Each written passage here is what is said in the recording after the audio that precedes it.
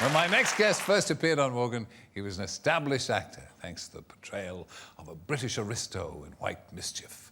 Since then, he's become a major Hollywood player, thanks to Lethal Weapon 2 and The Hunt for Red October. Back in 1988, he revealed the simple logic to his role selection. Do you find now, you didn't struggle, you were always a very well-esteemed actor in this country, but suddenly to be making internationally acclaimed movies and international stuff, what effect has it had on you? Effect? I've got an enormous family, you know, we've got 11 grandchildren now, so I mean, I just have to sort of take anything I'm offered. And, you know, people throw me a penny and I'll dance. But, so it's a romantic hero next? A romantic hero, yes, exactly. That is what I'm doing. It's no joke, yeah. I played Goering recently, and that was fun. I played him because I wore several very natty little numbers. I was a transvestite in it. Yeah. You got into a frock in White Mischief as well. Yes, I do, on the slightest provocation. This is not something seething beneath your personality, is it? No, I'm so heterosexual I wouldn't even touch a kneecap. But I do hope we're not going to have more sex talk. Welcome, Joss Ackland. Look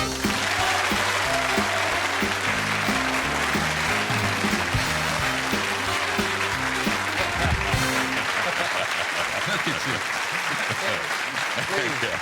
Thank you. Do you wear that tie often? I'm wearing it for a bet this evening. I'm sorry, I'm not working with that. Aren't you? No. Thank you for taking the trouble to get dressed up.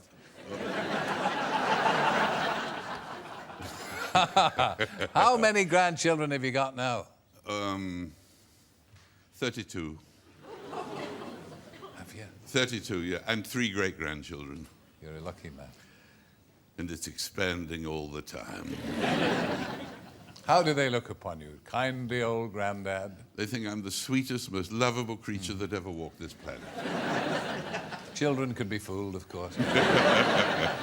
You're not an actor for nothing, are you? I am these days.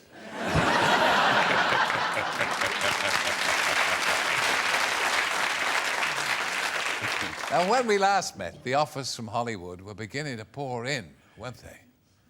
Well, yes, a heavy trickle, you might say. You did. So, yeah. So what do you make of the system today? Well, quite honestly, I mean, I've got very excited about the Oscars this year because I think it's the best year for movies for many, many years. And I'm getting very optimistic because I think we've been in the doldrums for the last decade. So, but that's in general. Well, what do you think about the British film industry? We didn't do all that well in the old BAFTAs, did we? No, they didn't. But this movie, These Foolish Things that I did, that had complete British funding. And it's a smashing little movie, great fun. But what was so interesting was that I couldn't understand, it was a last-minute offer, the whole thing. I'd just been playing the president of Russia in a movie. And then I was asked to play this little stage manager. So I take anything, you know, and so I took the job. And the moment I then found out, I thought, why is it so sudden? I then realized I'd taken over from somebody. And do you know who it was? Norman Wisdom. Norman Wisdom had retired, and I took over from it. It's the only time in my life that actually we've both been up for the same role. That's terrific. Great story. What is it about you that would make it easy to cast you as a villain? You seem an avuncular, kindly person. The truth will always out in my basic nature. It's really foul. It's your voice, isn't it? Oh, yes, it's the voice. That voice. I've never heard it. You never hear your own. It's true. It's absolutely true. I've never actually heard my own. You never hear your own voice as other people hear it. Yeah. All I know is that if I'm listening to a broadcast with me in it, within 1 minute you can guarantee I'm fast asleep.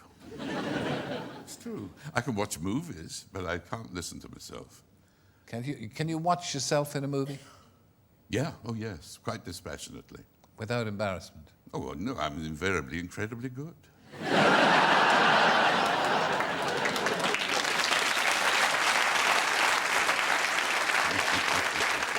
You went to Africa, didn't you? Well, yeah, that was out of a necessity, simply because I had no work and we had a really tough time. My wife Rosemary was wandering around the country with a pram pushing 2 kids.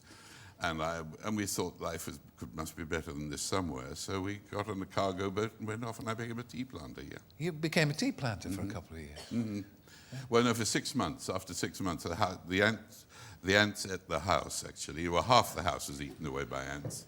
And so it got pretty tricky for the 2 children. We had 2 children then. And we had to put their cots in tins of petrol to stop the ants crawling up. And then back to where I was before, which was unemployed. But in fact, things from then on went well. And they still go well, because your work still comes in steadily. Yeah, I mean. but we've had lots of problems in our time, you know.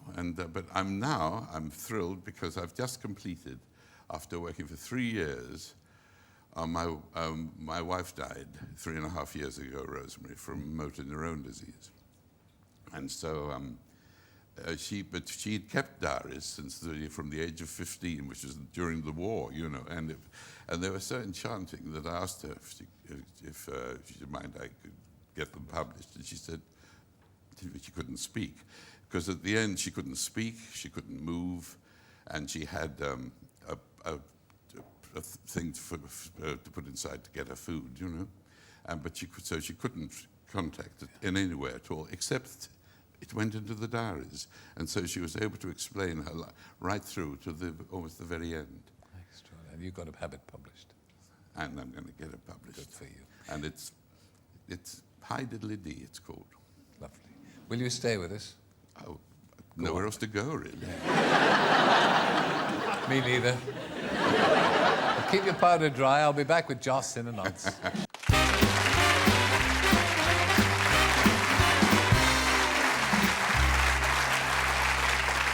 Welcome back to Wogan Now and Then. Silver screen actor, silvery, kindly old grandfather of 32, Joss Ackland. Now, very touching about your wife. It's a cruel disease, motor neurone disease. It's the worst. Terrible. So, just to get back to when she was bringing up your children, was that difficult for your children, being the children of a famous actor? Well, the thing is, as far as Rosemary was concerned, I mean, she was an actress when we did Mary Rose together. She was Mary Rose and I was Simon. That's how we met. And we got married. Then after going back from Africa, she went on acting. But then our house burned down.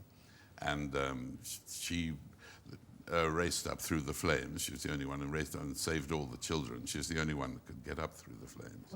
And she was on fire herself. And she was 5 months pregnant, and she saved all the children, threw them out, and then by the time she jumped, she plummeted 25 feet because they couldn't see her.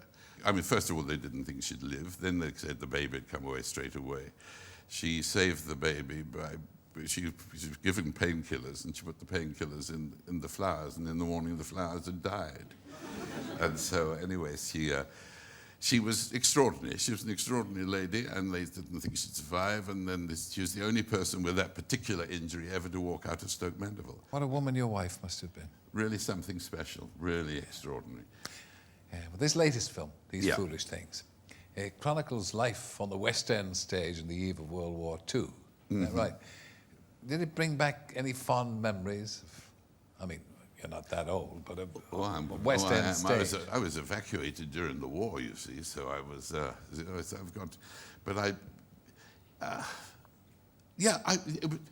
there were tough times, but there were wonderful times, and it was a great time for unity among people, you know, and people actually liked each other in those days and got on. Yeah.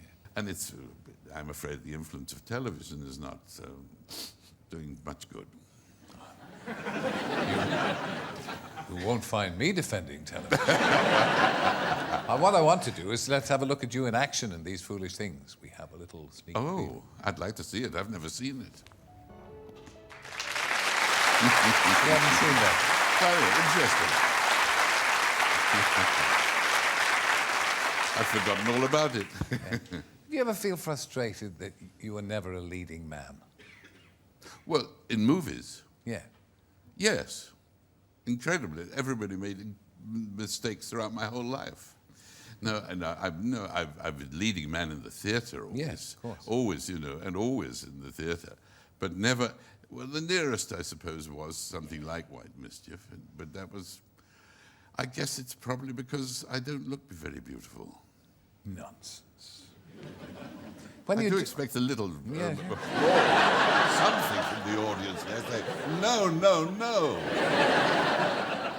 Just sitting there like lumps. They can be replaced, you know. So can I. So can we all. Yeah. When you work, I know you've worked with people like Harrison Ford and Mel Gibson. Does it ever surprise you when people like that go on to become great big stars, when you see them? No. Can you recognize it in them? No, I mean, they both deserve it. I think they don't deserve those ridiculous amounts of money they earn. I mean, that's absurd. I mean, it's gone crazy. I mean, that's what David Putnam was trying to get rid of. This is what makes it so difficult to make movies nowadays, is because the two stars or whatever, you usually get about probably up to I mean, Harrison Ford was getting 25 million for what I did, and he did about 13 days or something. And, it's great, and it's bums on seats that count. He brings them in, so they pay him. But it's not his fault. It's the agents. The agents run them, and they make sure that the two get all the money, and then there's nothing left for the wines and spirits. That's me. But you must have put a tidy sum aside by now, Joss. With 32 grandchildren? You must be joking. I've never had any money in my life. They're draining you, are they? Are you going to keep working? No, they don't drain me, really. No, they don't. I mean, they're all looking after themselves now. But it's family. The thing is, most actors, I think you'll find that most actors are actors who have a family. I think I'm a family man who happens to be an actor. And there's a difference. Yeah, that's the thing that I prefer, I must say. That's the way to do it. Yeah. Been delightful seeing you again. My pleasure. How lovely to have Joss Ackland.